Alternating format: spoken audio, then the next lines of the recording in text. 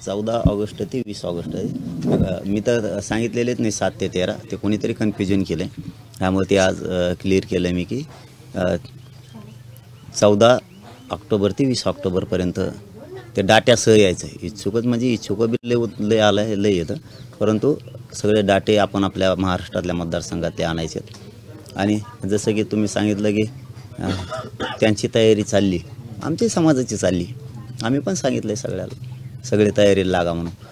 पुन्हा आज सांगतो की सविस्तर पण समजून घ्या सगळ्यांना सांगितलेलं की जे कोणी आपले उमेदवार राहणार आहेत त्यांनी सगळ्यांनी कागदपत्र काढून ठेवा। सगळे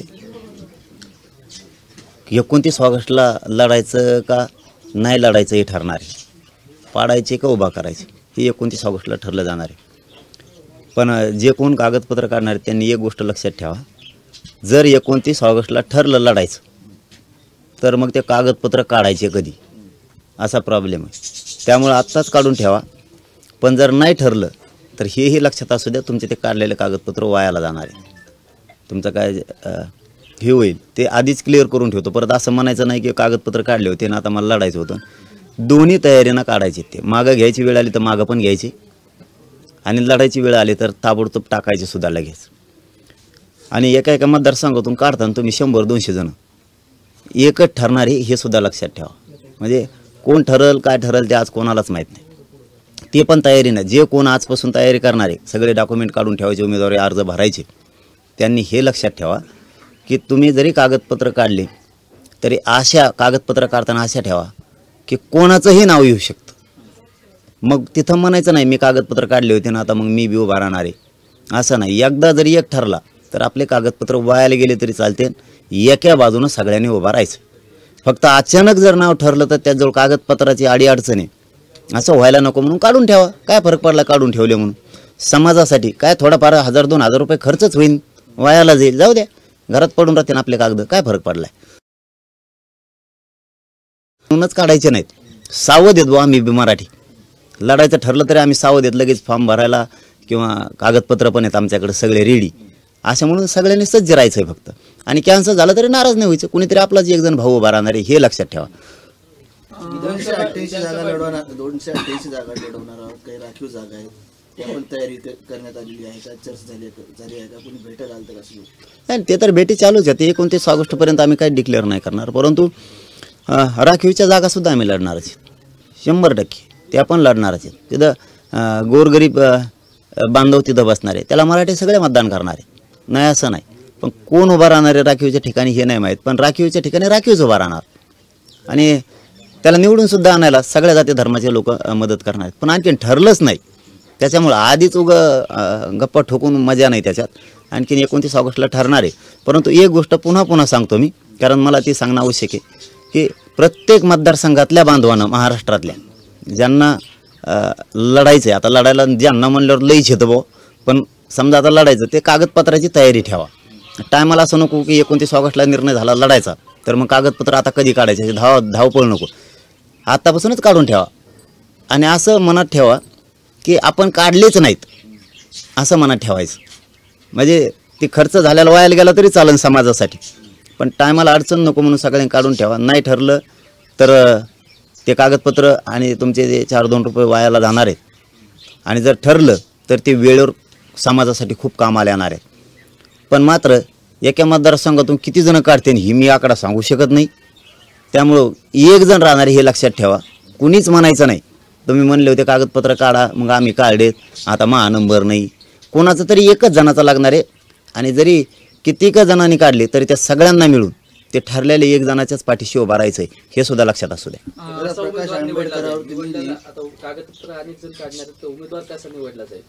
नाही मग आता ते सांगून 29ला कसा निवडला जाईल काय ते काय आत्ताच प्रश्न, म्हणजे का तुम्हाला उभं राहायचं काय? विधानसभा निवडणूक जिंकण्याचा निर्धार जो आहे तो केला असून मी मराठवाड्यात जाणार, बघू जरंगे काय करतो ते, देवेंद्र एकटा नाहीये तर आम्ही सर्व आहोत असं खासदार नारायण राणे काय म्हणले? काय ते म्हणे मराठवाड्यातून जाऊन बघतो मराठवाड्यात जरांगे जातो कोण म्हणे येतो. मी जरांगे काय करतो एक थांबा मी विचारतो. मराठवाड्यात मी ते काय का आता मराठवाड्यात मी जाऊन बघतो, जरंगे काय करतो ते बघतो. जरंगेंचा मराठवाड्यात जाऊन समाचार घेणार असा प्रकारचा इशारा जो आहे तो नारायण राणे यांनी दिलेला आहे. उत्सव देणार. आणि मी त्यांना काही म्हणलोच नाही येऊ नका म्हणून. माझं कधी स्टेटमेंट आहे का? समजा त्यांना आदरानं दादा म्हणते सगळे, मी म्हणलं का दादानी मराठवाड्यात यायचं नाही? ते मला बघून घेणार म्हणजे ही कोणची धमकी आहे? मी म्हणलो का त्यांना तुम्ही मराठवाड्यात यायचं नाही, तुम्हाला बघून घेतो? तुम्ही काय बघणार आहेत मा? हे बघा, मी तुमचा आदर करतो प्रत्येक वेळेस, हे मीडियाच्या बांधवातून सांगितलेलं आहे मी. आणि मी पुन्हा एकदा सांगतो की मी म्हणलोच नाही की तुम्ही मराठवाड्यात या मग तुम्हाला दाखवतो असं धमकी देऊ. मी जर म्हणलो ना मराठवाड्यात येऊ नका तर कोकणातसुद्धा येऊन द्यायचे नाहीत तुम्हाला. कोकणात मी म्हणतच नाही, मी तसले चाबरे धंदे करतच नाही. मी म्हणलोच नाही तुम्ही मराठवाड्यात येऊ नका. आता बळच धमकी देता का? मी मराठवाड्यात जातो आणि बघतो तेव्हा काय करतो ती. मी बघायला लागलो तर लय फजिती होईल सगळ्यांचीच, लय फजिती होईल. हो, कोकणातसुद्धा. पण मी तसलं असलं इतके छिचुरे चाळे करतच नाही, कारण आम्ही त्यांना मानतो. दादा म्हणतो मी त्यांना, कारण त्यांना मानतो. त्याच्या पाठीमाग काहीतरी असेल ना, मानतो म्हणल्यानंतर. आणि मी वेळोवेळी सांगितलेलं आहे निलेश साहेबांनी त्यांना समजून सांगावं, मी त्यांच्यावर कधीच बोलत नाही. आजही सांगतो पुन्हा की त्यांना समजून सांगावं, मी त्यांच्यावर बोललेलो नाही, बोलत नाही. मग मी बोलायला लागलो तर मग मी आखाडणार नाही. म्हणजे मी क्लिअर सांगतो, तसल्या फुकट धमक्या नाही द्यायच्या. फुकट धमक्या, आणि मला धमक्या नाही शिकायच्या अजिबात. मी कोणालाच भेट नसतो. प्रकाश आंबेडकरांचा तुम्ही नेहमीच आदर करता, परंतु त्यांनी एक खळबळजनक विधान केले की कुणबी मराठा यांच्यापासून सावध राहा. विधिमंडळ सभागृहात 190 कुणबी मराठा आमदार असून केवळ 11 ओबीसी आमदार आहेत. त्यामुळे ओबीसी आरक्षणाला 100% धोका आहे. कोण म्हणलंय? बरं, नाही हरकत नाही. मी ओबीसीतून आरक्षण घेणार आहे, माझा मराठा समाजही घेणार आहे. ते काय म्हणतायत काय नाही, त्यांचं उत्तर काय आम्ही कधी दिलं नाही, देणार बी नाहीत. त्यांनाही आम्ही प्रत्येक वेळेस त्यांचा आदर करतो. समाजाने केला, समाजही त्यांचा आदर करतोय. मराठा समाज सर्वसामान्याच्या मराठ्यांच्या मनातही ते बसले होते, परंतु आता ते नवीन काय काढायला लागलेत काहीच कळायला नाही आम्हाला. परंतु मी मात्र सगळ्या जाती धर्माच्या गोरगरिबांची सत्ता आणावी असं मला वाटतंय. आणि मी पाटणं थोपटून घेत, पण गोरगरिबाचं कल्याण होईल असंच मी पाऊल उचलतोय. आणि सगळ्या जाती धर्माला 100% मी गोरगरिबाला न्याय देईल याची मला आशा आहे. आणि मी सगळ्या जाती धर्माच्या गोरगरिबाच्या पाठीशी उभा हमेशा राहतो. आणि तसं जर काही घडलंच तर गोरगरिबा इतकं कल्याण कोणाचंच होणार नाही, कारण जर गोरगरिबाची सत्ता आली तर. मराठा समाजाला राग काढायचा असेल तर त्यांनी शरद पवारांकडून काढावं. त्यांनी 40 वर्ष आरक्षण दिलं नाही. उद्धव ठाकरेंच्या काळात आरक्षण केलं. मी मराठा म्हणून सांगतो, त्यांच्यापैकी एकाने आपली बाजू मांडली नाही असं भाजपचे राम कदम यांनी म्हटलंय. ते बी उठले का आता अभियानात? ते लय दिवस चांगलं चाललं होतं त्यांचं. त्यांनाही समाज मानतो खूप. ते घाटकोपरवालीच ना, दहीहंडी, ते त्यांनाही चांगले दहीहंडीमुळं लोक मानते. देवधर्म करणारा माणूस आहे. जत्रा बी काढीत वाटतं ते ट्रॅव्हलनी, तेच ना. मग आता इतकं चांगलं त्यांच्याबद्दलचं मत असताना त्यांनी कशाला याच्यात उडी घ्यावी फुकट याच्यात कामानं धामाची? काय गरज नाही ना. सगळ्याला माहिती आहे ना, 40 वर्ष कोणी काय नाही दिलं, 70 वर्ष कोणी काय नाही दिलं. तुमच्या नेत्यांनी बी किती बाऱ्या दिले, किती बाऱ्या घातलं, सगळ्याला सगळं माहिती. मानणाऱ्या लोकांनी मी म्हणतो पक्ष चालवायचा किंवा नेता चालवायचा म्हणून हे करू. यांना काय झालं बघा, यांना काही सुचालं तुम्हाला खरं सांगतो मी. म्हणजे त्यांनाच नाही म्हणत मी, सत्ताधाऱ्यातल्या लोकांना काही सुचानच काय करावं ती.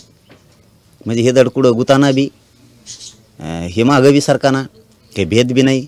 हे गोरगरीब मराठी मोठं करायला चाललंय, आपलं सरकार जातं आहे का काय? म्हणजे हे असे रात्रंदिवस मी म्हणतो भाकरी खातात नुसते ताकच पितेत वाटतं. यांना काहीच सुचा नाही काय करावं बदल. त्यामुळे मॅच असं ठरवलं आता की मा गरम डोकं आहे, त्यामुळे हे मला उचकायचा प्रयत्न करते. त्यामुळे मॅच ठरली, यांना घेण्याचंच नाही आता. किती बडबड करून द्यायची, यांना उत्तरच द्यायची नाही आता. कारण मला काय दम निघत नाही, कारण मी स्वाभिमानी. कारण मी त्यांच्यासारखा स्वाभिमान घाण ठेवून पक्षासाठी काम करणारा नाही. मी मग आपल्या पाठीचा कानात ताईट असतो आणि समाज मोठा करायचा माझं ध्यास आहे. आणि त्यांच्यासारखे मी नाही पत्करू शकत ते याचे पायाचा ठेव त्याचे पायाचा ठेव. मला माझा मराठा मोठा करायचा आहे ना, मी ठरवून घेतलेलं आहे की आता मागं हटायचं नाही. आणि यांना सवय लागली नेत्याचे मागं पुढं करायची. यांना स्वाभिमान नावाची गोष्टच नाही राहिली. कारण जात काय असते यांना माहीतच नाही. कळानाच यांना जात मोठी केल्यावर किती काय होतं, यांना किती डोक्यावर येऊन नसते. हे जर समाजाकडून बोलले असते, ते कोणते आता दहीहंडी आमदार आहे, ते दहीहंडी आमदार जर जातीकडून बोलले असते तरी जात डोक्यावर घेते, लगेच डोक्यावर घेते. त्यांना डोक्यावर घेतलं असतं. मी हटत नाही बरं, यांना आता उत्तरं द्यायचं मी देणार नाही आता. कारण हे चिल्लर झाले लोक. आता हे उठलं सुटलं ना यांना मीच दिसतोय. म्हणजे नाही का ते संताजी धनाजींचे घोडे दिसले पाण्यात, यांना पाण्यात नुसते ते दिसत. तसं आता मी काय करू, यांना सगळ्याला मीच जर दिसायला लागलो संताजी धनाजी सारखा, तर मी तरी काय करू. आता यांना झोपा येणार, ते पडणार आहे, त्याला मी काय करू. तुम्ही जर नीट कामं केली असते, कशाली वेळ आली असती. तुम्ही गोरगरिबाचं आरक्षण दिलं असतं मराठ्यांचं, त्या धनगरांचं दिलं असतं. धनगराच्या आरक्षणाला सुद्धा धोका आहे म्हणताय तुम्ही, एस टी आरक्षणात जाण्यासाठी. माझं आज जाहीर एक गोष्ट सांगणं आठवणीत आली माझ्या, म्हणून धनगर बांधवांना असं कधीच समजून घ्यायचं नाही की आमच्याकडून त्यांनी यावं म्हणून मी बोलतोय. मी त्यांच्या हिताचं सांगतोय, या नाही तर नका येऊ. आम्ही एकटेच 50-55% आम्ही खंबीर आहेत आरक्षण मिळवा. पण ज्या ज्या गोष्टी लक्षात येतात ते सांगणं गरजेचं आहे. तुमचं आणि आमचं सारखंच दुःख आहे. त्याचं कारण मी आज सांगतो. ज्यावेळेस सुप्रीम कोर्टात आरक्षण उडालं आमचं, त्यावेळेस मराठ्यात असं नाराजी तयार झाली होती, किंवा आपण त्याला काय म्हणू की त्यांच्यात असा समज झाला होता की आता सुप्रीम कोर्टानं जर आपलं आरक्षण रद्द केलं, मराठ्यांना आता कधीच आरक्षण मिळू शकत नाही, मिळणार नाही. म्हणजे लोक खचले होते की मिळणार नाही. जी लढा सुरू केला आम्ही गरिबांनी, आज मिळायला लागलं. म्हणजे आमची उमेद वाढली, मराठ्यांची शक्ती वाढली. मराठी एकजूट झाले, कोणाला भेट नाहीत, केशीला नाही, कशाला नाहीत, ताकदीने एकत्र येतात. तसंच धनगराचं आरक्षण सुद्धा सुप्रीम कोर्टानं रद्द केले. खचून जाऊ नका, मला सांगायचे तुम्हाला 100% तुम्हाला मिळणार. तुमचं आणि आमचं सारखंच दुःख नाही. आमचं सुप्रीम कोर्टात रद्द झालं तर आमचे लोक खचले होते का आता कधीच मिळू शकत नाही. मिळालं का नाही. तसंच धनगरांना सुद्धा एस टी आरक्षण मिळणार. तिथं बाजू नीट मांडली होती का नव्हती सुप्रीम कोर्टात सरकारनं, हे बघा. उगाच म्हणू नका की आता काही खरं नाही, छगन भुजबळचं ऐकायचं आणि मराठ्याला विरोध करायचा. करू नका. तुम्ही विरोध केला तरी आम्ही आरक्षणात जाणार आहे, तर नाही केला तरी जाणार आहेत. तुम्हाला सुद्धा एस टीतलं आरक्षण मिळणार आहे 100%. आमचंही रद्द केलं तर सुप्रीम कोर्टानं, तुमचंही रद्द केलं. हे तुमच्या फायद्यासाठी सांगतोय, कुठं जवळ यावत म्हणून नाही. काय काय म्हणते ते धनगर बांधव जवळ करायसाठी करतो. या आले तर चांगलीच गोष्ट आहे, असं कल्याण होईल धनगराचं आणि मराठ्याचं लईत. पण याचा अर्थ असा बी नाही की तुम्ही समजू नका की तुम्हाला जवळ करायसाठी ही काही सांगतो. मी खरं खरं सांगतोय, या अथवा नका येऊ, परंतु आपण शेवटी आता तुम्ही जागे व्हा सगळे सर्वसामान्य आणि घुसा या सत्तेत. मुख्यमंत्री असं म्हटले की आमची भूमिका स्पष्ट आहे, मराठा समाजाला न्याय द्यायचा आहे, ओबीसीवर पण अन्याय होणार नाही. बरोबर आहे मग त्यांचं. ओबीसीवर अन्यायच होणार नाही. ओबीसीच आम्ही येतं, ओबीसीवर अन्यायच नाही होणार. अगोदरच्या आरक्षणातल्या ओबीसीला धक्काच लागत नाही, कारण ते धरून आम्ही येत. 83 क्रमांकाला कुणबी आहे, म्हणजे राज्यातला सगळा मराठा धरून ओबीसीची तेवढी संख्या आहे, राज्यातला सगळा मराठा धरून. त्यामुळे ते ओबीसीवर अन्यायच नाही होऊ देणार, कारण ओबीसीवर अन्याय होतच नाही. त्यांच्याकडे 16-17% एक्स्ट्रा आरक्षण खाते ते आमचं आहे. बटन दिलं तर राहणार आम्ही त्यांना सोडी नसत ते. आता ते आम्ही सोडून घ्यायला लागलो, एवढाच फरक आहे. त्यांचं त्यांना कायम राहत आहे, त्यांना कुठं धक्का लागत नाही. ते गैरसमज पसरत आहे ते छगन भुजबळ.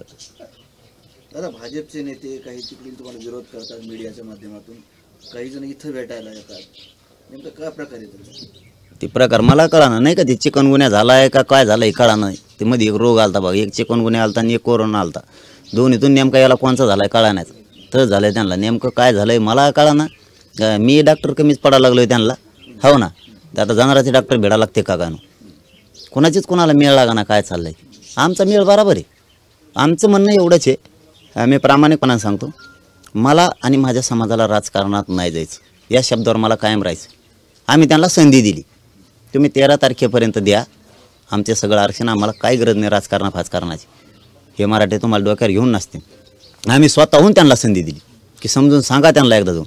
नसता उद्या राजकारणात गेलो तर असं म्हणायचं नाही आम्हाला कुणीच, म्हणजे सत्ताधाऱ्यांनी बी नाही विरोधकांनी बी नाही. आरक्षणाच्या आडून यांनी राजकारण केलं किंवा करायचं होतं यांना, आम्हाला करायचं नाही.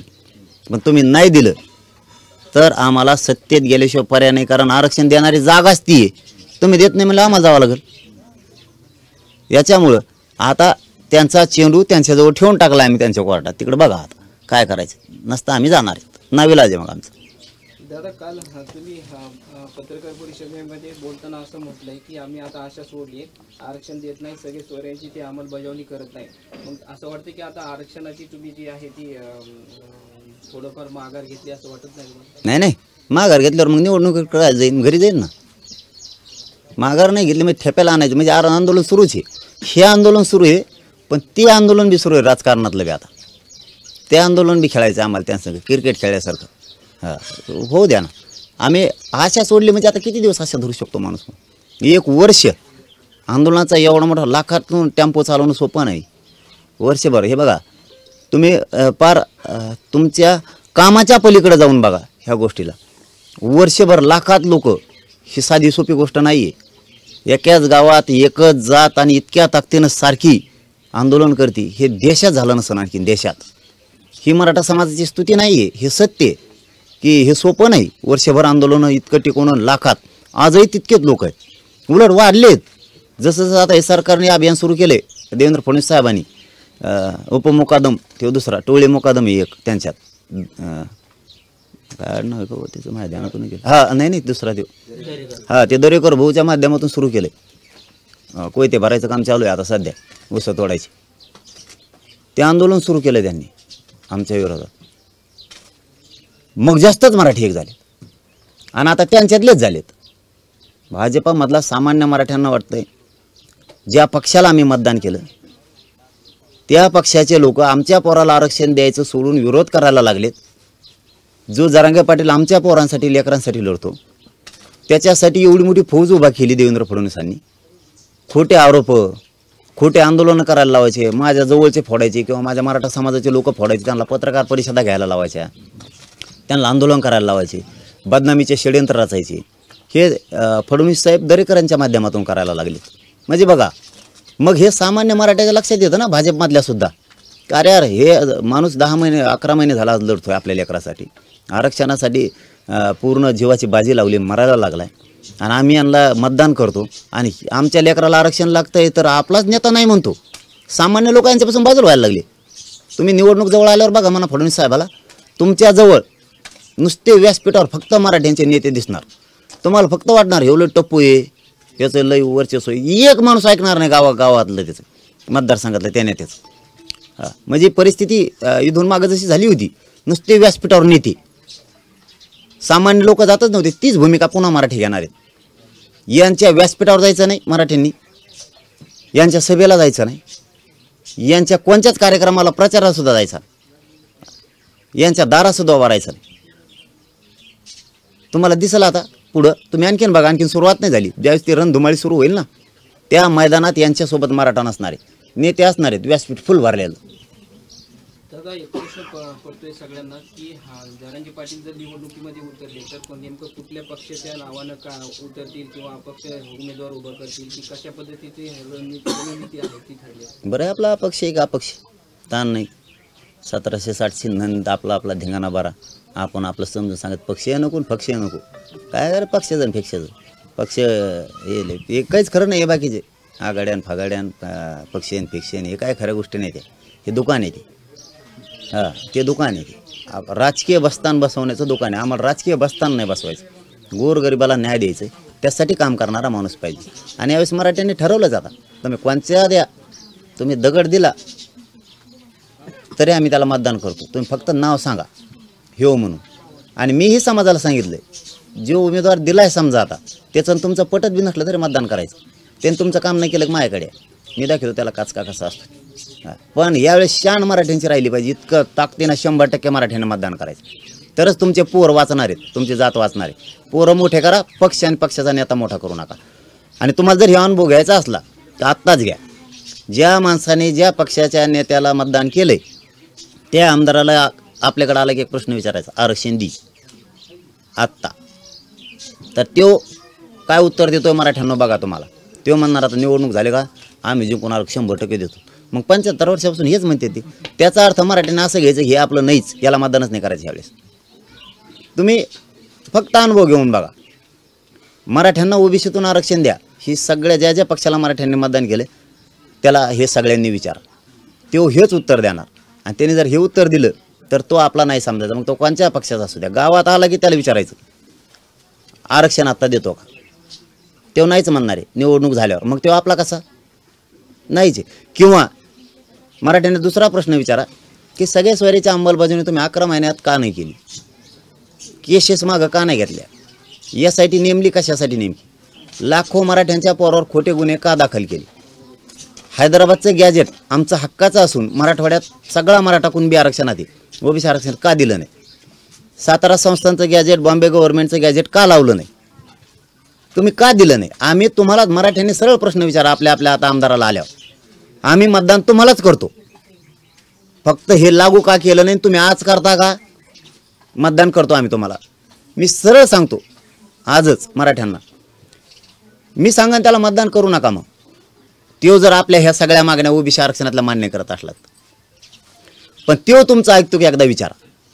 मराठ्यांनी त्याला विचारणं जबाबदारी आहे की आम्ही तुला भाजपला, शिवसेनेला, राष्ट्रवादीला, काँग्रेसला मतदान केलंय, आता माझ्या लेकराचं हित याच्यात हे ह्या आरक्षणात, माझं पोरगं ह्या आरक्षणामुळे मोठं होणार आहे, हे तू आरक्षण देतो का? ते जर मला आणखी वेळ वाढून द्या, निवडणूक झाल्यावर देतो, तर तुम्ही आजच समजा हे तुमच्या पोराचं वाटोळं करायला निघालेले, त्याला तिथंच सांगा आजपासून माझ्या दारात येऊ नको. हे मराठ्यांनी सांगणं गरजेचं आहे. आणि हे ज्या दिवशी सांगतील की आम्ही नाही मागू शकत, ओबीसीचं मतदान फुटतंय, अशा नेत्याला तर दारातसुद्धा उभा करू नका. म्हणून आम्ही मराठ्याला आरक्षण देत नाहीत की ओबीसीचं आरक्षण मतदान फुटतंय म्हणून, त्या नेत्याला उभा सुद्धा करू नका दारात. आपले गरिबाचे का पोर असं ना तेच निवडून द्या, तेच तुम्हाला पुढं साथ देतील. उद्याच्याला मतदान करायसाठी तुमच्यावर दहशत निर्माण करतील, भांडणं करतील, तुम्हाला दादागिरी करतील, तुमच्यावर केसेस करतील. हे सगळं अन्याय निवडणूक होस तर सहन करा. मराठ्यांना माझं जाहीर सांगणं आहे आज, सगळा अन्याय सहन करा. जेवढा अन्याय होईल तुमच्यावर तेवढा सहन करा, पण गोरगरिबांचे जे उमेदवार दिलेत ते पुरे निवडून द्या. अन्यायच बंद झाला. कारण पहिला आमदार तुमच्यावर अन्याय करत होता, त्याला मतदान करा म्हणून. आता तुम्ही तुमच्यावर अन्याय होऊन तुम्ही मार खाल्ला तरीही मतदान आपल्या गरिबाच्याच पोराला करा. उद्याच्याला ते आमदार झालं की ते तुम्हाला साथ देणार आहे. पहिला तुम्हाला त्रास देणारा गेला मनात जाणाराच्या मागं. इतकी ताकद वापरा, एकजुटीनं पाहुणे, रावळे, गाव सगळं आपले लोक जागे करा मराठ्यांचे. आणि एवढ्याच वेळेस मराठ्यांचे शान राखा. एवढ्याच वेळेस नसता आणखीन एक प्रश्न विचारा त्या नेत्याला. 75 वर्ष आम्ही तुम्हाला निवडून दिले, 5 वर्ष त्याला दिलं, 5 वर्ष याला दिलं. आता एवढे वेळेस आम्ही गरिबाचं पोरगं उभा केलंय, एवढे वेळेस तुम्ही नेते मागं उभा राहा. त्याच्या 5च वर्ष उभा राहा फक्त. पुढच्या 5 वर्षाला आणखी तुम्हालाच निवडून देऊ म्हणा. एवढे 5 वर्ष आम्ही दिलेल्या उमेदवाराच्या मागं उभा राहा. तो काय म्हणतो फक्त मराठ्यांनी बघा. त्याने जर उत्तर हा दिलं तर तो तुमचा, तो जर म्हणला नाही आम्ही त्याच्या मागं उभा राहू शकत, तो तुमचं नाहीच. ती अवलादच आपली नाही. जे आपल्या पोरांसाठी रात्रंदिवस काम करत तो आपला. इथून पुढं मराठ्यांनी हुशार व्हा. माझं शेवटचं मराठ्यांना सांगणं आहे, तुमचे स्वतःचे पोरं अधिकारी बनवा, ते पैसेवाले बनवा, त्यांना व्यावसायिक बनवा, त्याला नोकरदार बनवा. तुमच्या पोराला तुम्ही एकदा तुमचं पोराच्या हातात ताकद आली, ते नोकरीला लागलं, ते पैशावालं झालं, तुम्हाला कोणाची गरज नाही. किती दिवस तुम्ही आमदाराला त्याच्या पोरालाच मंत्री करणार, आमदार करणार आणि पैशावाला बनविणार आहेत? त्याला किती दिवस मोठं करणार आहेत? तुमचे पोरं किती दिवस मराठी भिकारी ठेवणार आहेत? एवढे 5 वर्ष तुमच्या जातीसाठी स्वतःच्या पोरासाठी मराठ्यांनी द्या. बघा तुमचे पोरं किती शक्तिशाली बनतात, किती मोठे बनतात, किती अधिकारी बनतात, किती पैशावाले बनतात. तुम्हाला भिकारी म्हणून वागायची गरज नाही आणि कोणत्या मंत्र्याच्या आमदाराच्या दारातसुद्धा जायची गरज नाही. मग विनंती आहे मराठ्यांना, एवढ्या वेळेस अशी ताकद दाखवा ना, मराठीची शक्तीच राज्यात वाढली पाहिजे. मराठ्याच्या नादी लागायचं म्हणलं की थरथराच उडाले पाहिजेत लोक. इतक्या ताकदीनं 100% मतदान करा यावेळेस. बघू कसा अन्याय बंद होत नाही. एवढी निवडणूक पार पडूस तर संयम धरा. धन्यवाद. फक्त एक 2 रेकॉर्ड करतो, आवाज गेला नाही.